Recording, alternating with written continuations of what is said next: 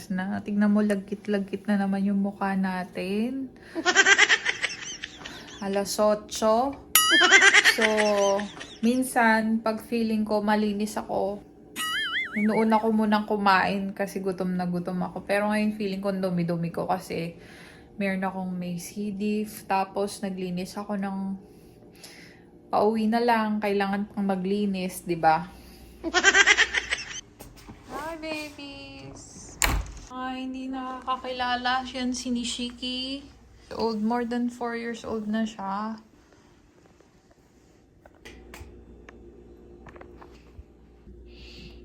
Tinitrim namin sila kasi sobrang kapal ng balahibo nila. Ay, may baby tayo, di ba? Bago dito ko lang ilalagay ito kasi mamaya, para pagpasok ko ulit, nandyan lang, kukunin ko na lang yan, naka-ready na yan, di ba?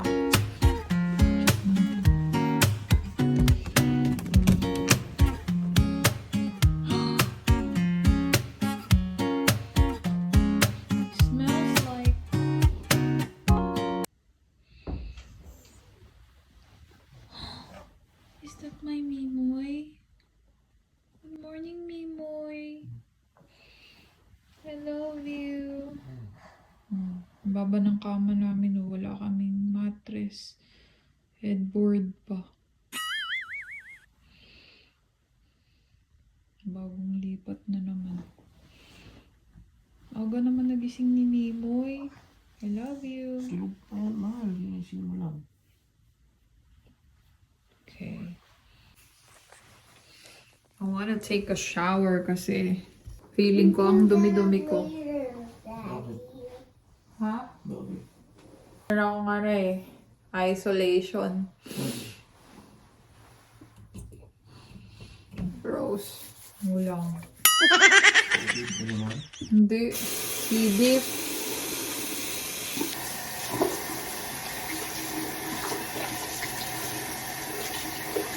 Hindi mo ako bukas? Hindi. I love you. I love you too. Aww. So sweet, little Lerns. Daddy is not saying I love you too. Whatever. Bakit? Love it. Which one? I would sleep with it. Oh.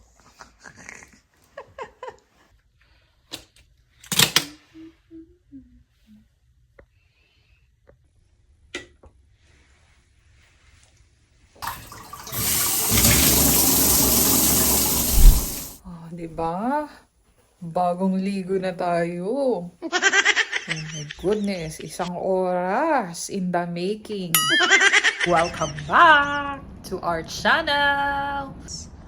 It's 9 a.m. now. Oh my God, 1 hour. So, ayan. Naligo na tayo kasi.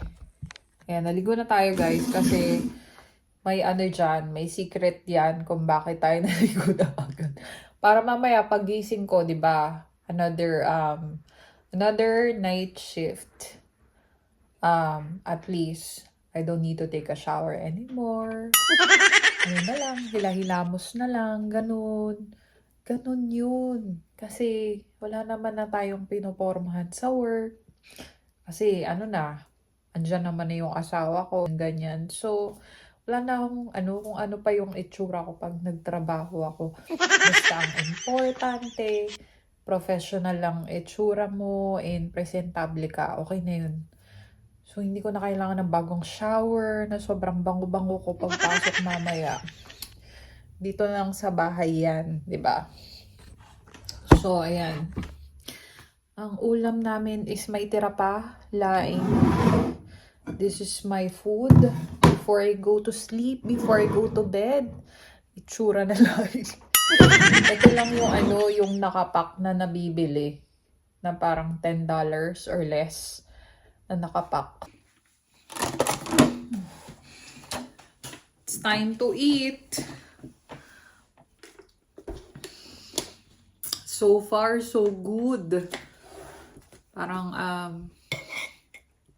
mas nagugustuhan ko na yung trabaho ko ngayon. Kaya, nantok na tayo. Kain na. Alam mo yun, pag 12 hours kasi, parang konti lang yung time mo para matulog, para kumain. Kasi 'di ba 12 hours ka nang nagtatrabaho. Tapos pagbalik mo, 12 hours ka na naman. Parang ano yun, natulog ka lang saglit. Pagising mo, trabaho ka na naman. Kaya, mas nabibilisan ako. Pag naligo na ako pagdating ko, at least malinis na ako. Wala na akong mga bacteria. Tapos, pagising ko, maghilamos na lang ako. I just need to wash my face. No more shower. It's time saving. Kain. Tapos nagkikrave ako ng itlog na maalat. Kaya may itlog na maalat dito na may kakainin ko to. So, ikwento ko lang ng mabilis. Nag-traveling ako. Kasi pag travel nursing, hinihimay-himay lahat ng mga mahihirap eh. Most of the time, mga demanding, paulit-ulit ko nang sinasabi yan. Lahat ng mga difficult patients, hinihimay-himay nila. Tapos lahat yun, pagkatapos salain, ibibigay sa'yo kasi travel nurse ka. So, lalong ang malas mo pag nag-iisa kang traveler. Kasi, lahat ng mahirap sa'yo, pati mahirap na admission sa'yo, ganun. Kasi ngayon, dito ako sa PRN ko, no?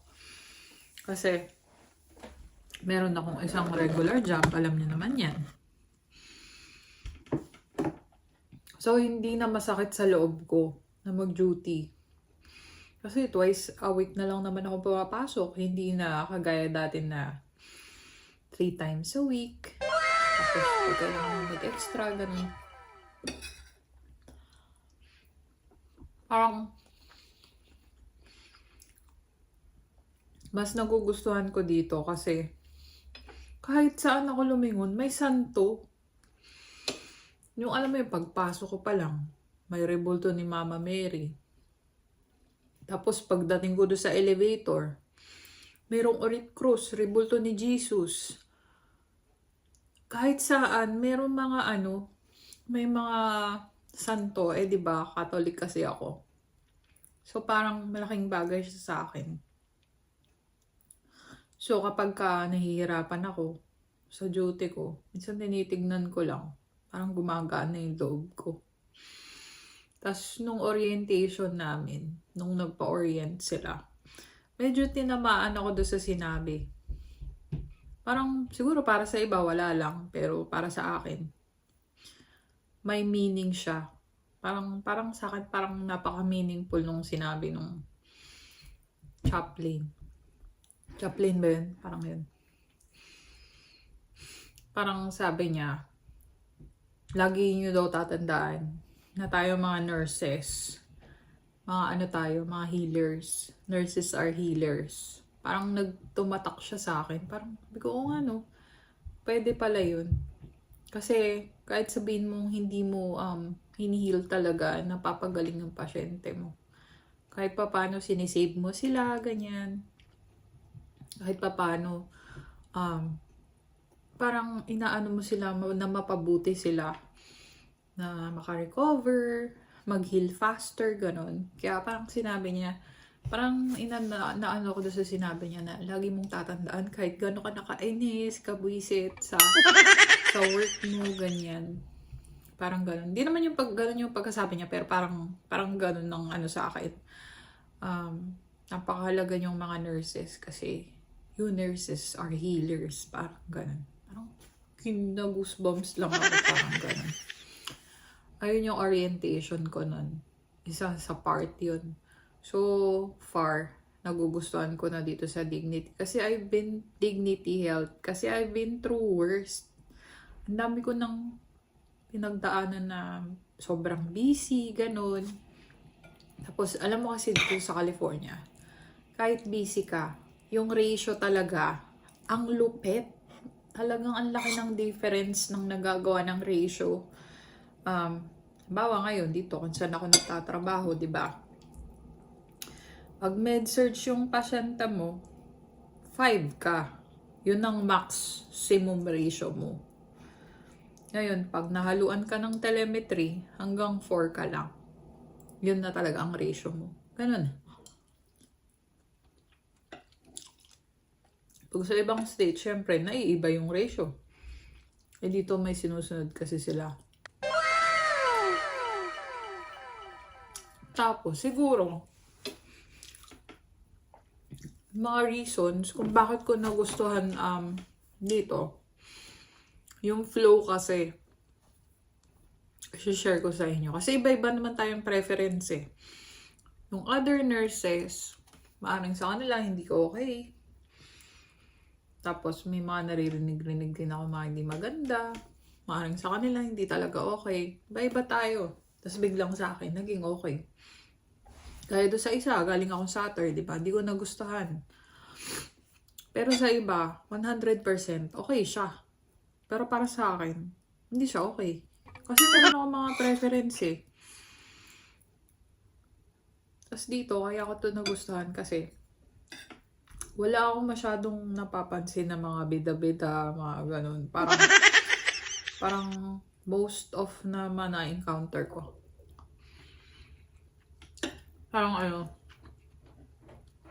basta nagawa lang nila yung trabaho nila, okay na sila. Nang maayos. Parang walang puwang yung pagbibida-bida. Hindi ko alam, baka sa ibang unit, di ba? Kasi baka sa unit namin, medyo okay. Kasi depende pa rin naman yan, hindi naman kasi nawawala yung mga kontrabida eh.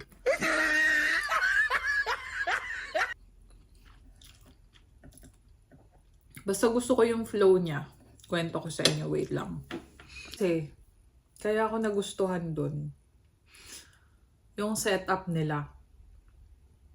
Although ganito na rin naman sa ibang ospital. Pero kasi yung pag pinagsama-sama mo, parang mas nagiging okay. Unang-una, pag telemetry, maraming nurses. Kasi 1:4 eh. Pag telemetry yung hawak mo. So, paglabas mo ng kwarto, pag kailangan mo ng help, maraming available kasi maraming nurses eh. Ganun. And then, pero naka-duty na rin naman ako sa telemetry dati. Kahit maraming nurses, pag labas mo, walang willing to help, walang available to help, dahil sobrang toxic na rin nila, ganun-ganun. Pero dito, nararamdaman ko, meron teamwork. Tapos, meron talagang tutulong sa'yo. Although may time na pag tumatawag ako sa phone ng CNA, kasi ang CNA doon, madaling kausap eh. Tatawagan mo lang sa phone. Pag bakante siya, pupunta siya sa'yo. Pag hindi, di sorry.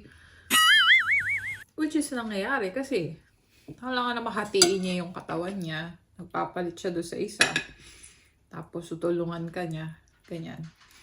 Although pwede naman, maghihintay ka. Ganun. Ngayon, pag kailangan mo na, mag-reach out ka sa charge nurse. Pag wala, ay di maghata ka ng ibang nurse. Ganun.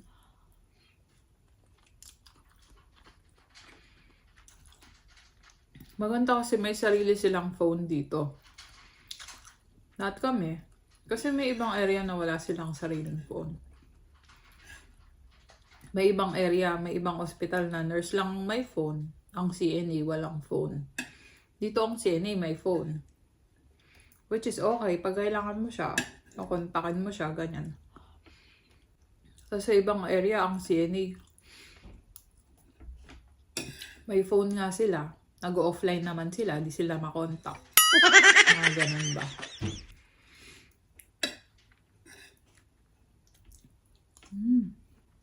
Tapos ang maganda pa para sa akin, gumagamit sila ng WOW. Ng mga working computers. Ano mo lang, iurong-urong mo na lang yun. Itutulak-tulak mo na lang yun. Kasi, usually, mga setup, may computer sa room. Sa mga ibang ospital. Which is time-consuming. Kailangan mo pa mag-login, ganyan. Ganyan mo pa yung badge mo. Paano pag-isolation din, ganyan. At least yun, naka-login ka na. Tapos gugulong ka na lang sa kabila. Gulong ka na lang ng ganyan. Tapos naka-ready na dyan yung mga gamot mo. May lagayan ka. Diba? Tapos ang nagustuhan ko pa dun, meron silang mga cabinet sa labas. Kada wall may cabinet. Tapos dun sa mga cabinet na yun, merong mga, nandun may mga medicine cup, yung mga tipong kailangan, minsan kailangan mo na talaga is nandun nakabot kamay mo lang. Merong, nilalagay nila yung mga emesis bag, mga specimen, pang capture ng specimen, may mga tang depressor, may mga baso, may mga tissue, yung mga laging hinahanap ng pasyente. Yung alam mo yun, na minsan may inis ka kasi pupunta ka pa sa malayo, ganyan. Tapos doon, nandun lang sa mga cabinet at ang galing nila, lagi nilang iniistakan yun. Yung ganun ba? So, mas nalilesen yung time mo para pag kailangan mo ng mga ganun, open ko lang yung cabinet. Meron na agad, pati mga alcohol swab. Alam mo yun? Tapos isa pa, pag ma-admission ka, doon sa mga cabinet na yun, naka-jump pack din yun ng mga isolation gown, mga gloves. Alam mo yun? Tapos may mga signage din. Or minsan nagkakaubusan ng signage, kuha ka na lang dun sa station. Pero alam mo yun, naka-ready na. Hindi yung kagaya ng dati na magsiset up ka pa. Lalagyan mo pa ng mga kung anik-anik. Reach out ka pa sa distribution para maglagay ng mga ganun. Alam mo yun. Kaya ako siguro nagugustuhan dun kasi yung setup nila. Alam mo yun, marami kang masasave na time. Tapos, yung routine ko, kasi Cerner ang gamit nila eh. Although maganda talaga yung Epic kasi mas ano siya. Basta maganda talaga yung Epic kasi mas ano siya eh, mas friendly siya eh, user friendly. Pero okay na rin naman tong Cerner. Gagamay ko na din naman. Das Omnicell naman din. Parang kapareho lang din ng Pixies. Mas gusto ko yung sistema nila. Tapos yung mga charge nurse, tinutulungan ka talaga. Hindi lang paupo-upo yung charge nurse doon. Tumutulong yung charge nurse. Kaya alam mo yun, sa lahat ng pinagdutihan ko dito, parang ito yung pinaka nagustuhan ko. Although busy pa rin talaga. Minsan naghihikaos ka na. Sobrang busy mo. Ganyan. Pero hindi. Ano pa rin talaga. Kahit busy ka. Hindi ka mabibwisit. Dati pag nagbablog ako, nakabusangot yung mukha ko. Nainis na ako sa duty ko. Lagi ako, kulang na isumpa ko yung buong yung buong ospital or isumpa ko yung pasyente ko, ganun. Yung parang kasi alam mo yung flow nila, ganito, no? 12-hour shift ako. 'Di ba? Tapos yung sa 12-hour shift ko na yun, o di magme-meds ako, ganyan. So yung una kong flow, yung una kong routine, syempre, bedside reporting. Bedside kami nagre-report. Ang pasok ko, 6:45 p.m. Tapos, so 6:50 p.m., automatic, pwede na magbigay ng report yan. Tapos, bedside reporting. So, update mo na yung pangalan mo sa board. Magpakilala ka na sa pasyente. Hi, my name is Lian. How are you doing? I'll be your nurse from this time up to this time to 7 till 7 a.m. Ganyan. So, tignan ko na mabilis kung nakasampay pa sa kanya. Tapos, syempre ang reporting mabilis lang. Basta ang mga mahalagang malaman ko lang kung syempre yung name, yung edad niya, kung full code DNR, very important. So, yung allergies, kahit tignan ko na lang yun eh. Unless may special talaga. Tapos, yung ship complaint niya, bakit siya nandun, ano yung main diagnosis, ano yun na yung mga nagawa, kung na CT scan ba yan, MRI ba yan, ganyan. ano yung plano sa kanya, kung nag-antibiotic na ba, kung nagpe-pain management lang ba, kung bakit siya nandun. And then, yung head-to-toe assessment, importante, kung alert-oriented ba to, confused, naka-room air ba to, naka-oxygen, naka-telemetry, paano to nag-get up. Siyempre, kasi i-assist ko yun eh. Tapos, kung nakakalunok ba to ng gamot o kailangan ko bang i-crash, yung diet nito, may skin issues ba to. Yun lang yung mga mahalaga para sa akin sa report. Tapos yung mga kailangan ng mga replacement, may mga low yung potassium, magnesium, mga ganon.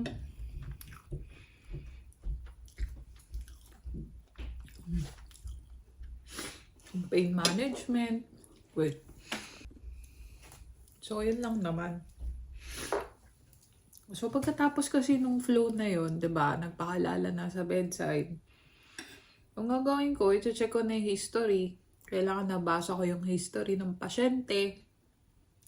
Na, syempre, para malaman ko kung ano ba talaga yung plano ng doktor. Ganon.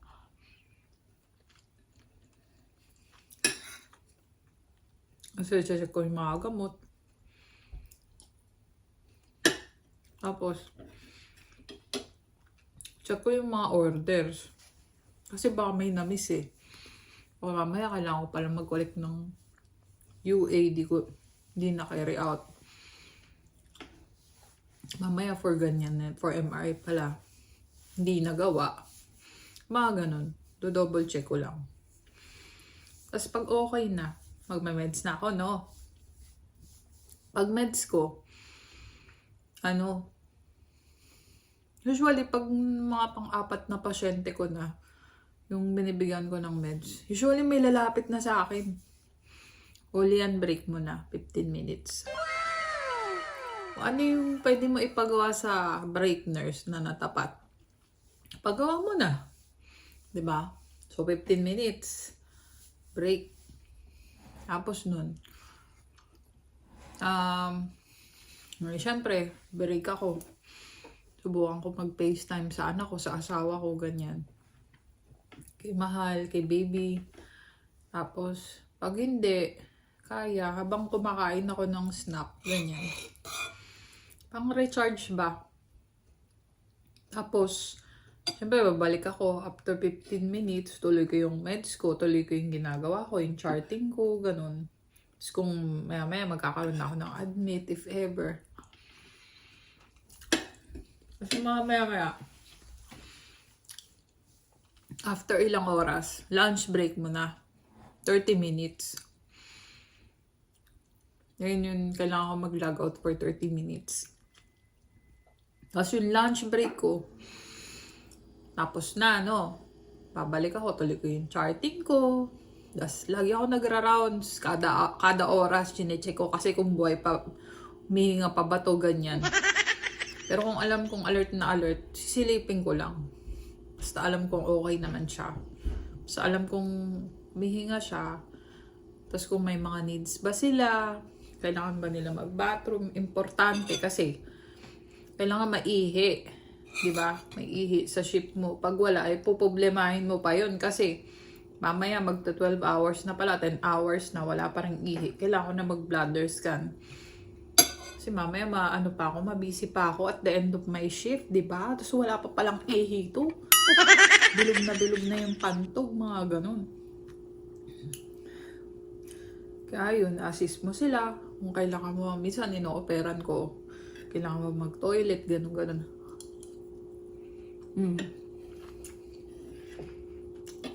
Yan, ganun lang. So, starting ako ulit. Kasi maya after ilang oras, break ka na naman, 30 minutes. Oh. Chill ka na nun kasi kumain na ako. Chill na lang ako ng 30 minutes. So, pupunta ako ng vending machine sa baba. So, magsusoft drinks ako. Or, kung gusto mo magkape, mag-snacks, tumambay ka, 30 minutes, ganun. Silang bahala sa pasyente mo kung ano yung dapat gawin. Break nurse ang bahala. Alam mo yun? Ang saya lang. Maganda yung flow nila. Tapos polishing na lang yung pagbalik mo. Alas 5, mag-meds ka na ng pang alas 6.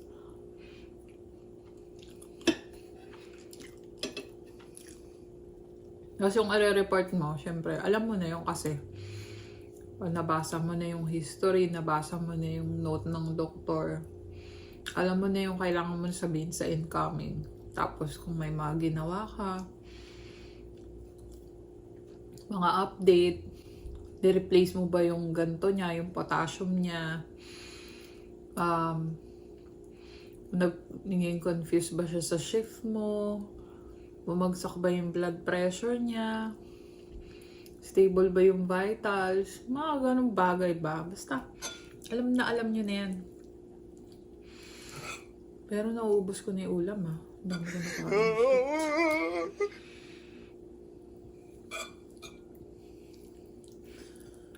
Ba yan? Mga mahalagang update. Aside from sa whole report. Tapos, paano pa pag yung nurse kahapon is siya pa rin yung nurse ngayon, edi update ka na lang, maaga ka uuwi. 7:15 pwede ka na umuwi. Kasi 6:50 AM pwede ka na mag-report eh. As early as 7:15 AM pwede ka na umuwi. Saan ka pa, diba? So gusto ko talaga yung flow nila doon. Sa iba pa, bebe. Tagal. Ang pecha na. Hanapin mo pa, hindi ka pa makapag-report. Ang daming etche-boreche sa iba. Dito, ano talaga, tapos, ganyang report ka na. Madalang yung pahintay ng matagal. Siguro nagustuhan ko dito. Kahit busy-busy, kahit may pre-anxiety ka pa din, bago ka pumasok, ganyan.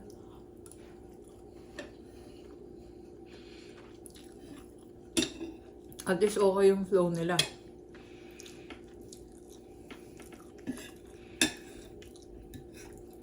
Mas gusto ko.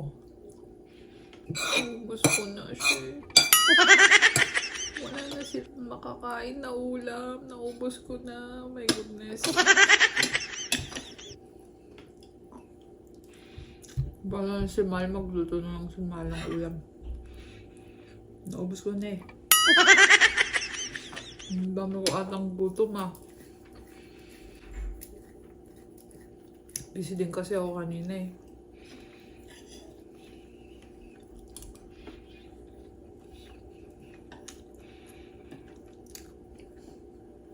Yun lang, na-share ko lang na pwede pala to. Meron ka palang area na magugustuhan mo.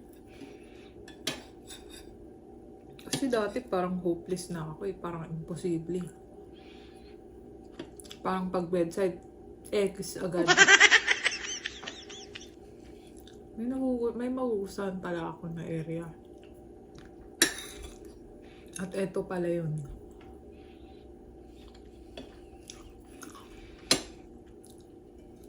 Although nakakapagod. Kasi nakakaiyak din. Pero alam mo yun.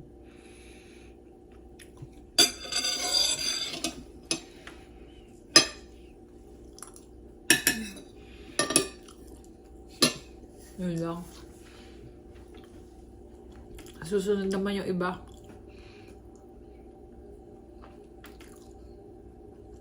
Thank you so much for watching, guys. Please like, share, and subscribe to our channel. Mag-comment naman kayo. Share din. Kung kamusta ba kayo dyan. Tagal ko din hindi naka-vlog ah. Na-stress ako ng maigi. Alam niyo yun, na-stress ako ng maigi nitong mga nakaraang araw. Kung alam niyo lang. Hindi ko lang, hirap magsalita. Pero na-stress ako. Itong mga nakaraang araw. Na-stress kami ni Mahal. Ngayon, medyo nakakaano na kami. Belo-belo. Kaya medyo okay na. Pero nito talagang mga nakaraan. Stress kami. As in.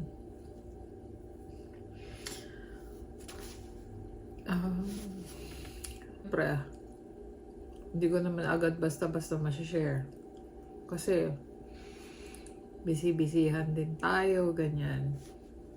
Basta kung ano na lang yung pwede kong ma-share, na meron kayong mapupulot, ayun na lang, ang i-share natin.